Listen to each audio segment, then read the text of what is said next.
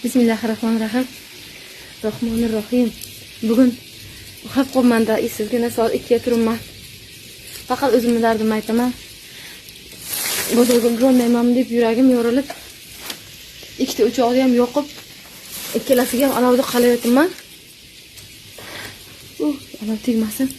Nasib bo'lsa inshaalloh bozorga ulgurib olsak bo'ldi. Bir narsa so'rayman deb o'zi kameramga qo'ydim. Endi men aqlim yetgancha qildim.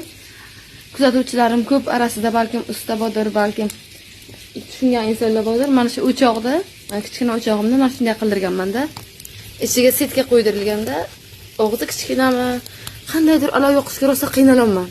Tepasi balandmi, tezga qizarmaydi. Shuni bussam ekan, ha?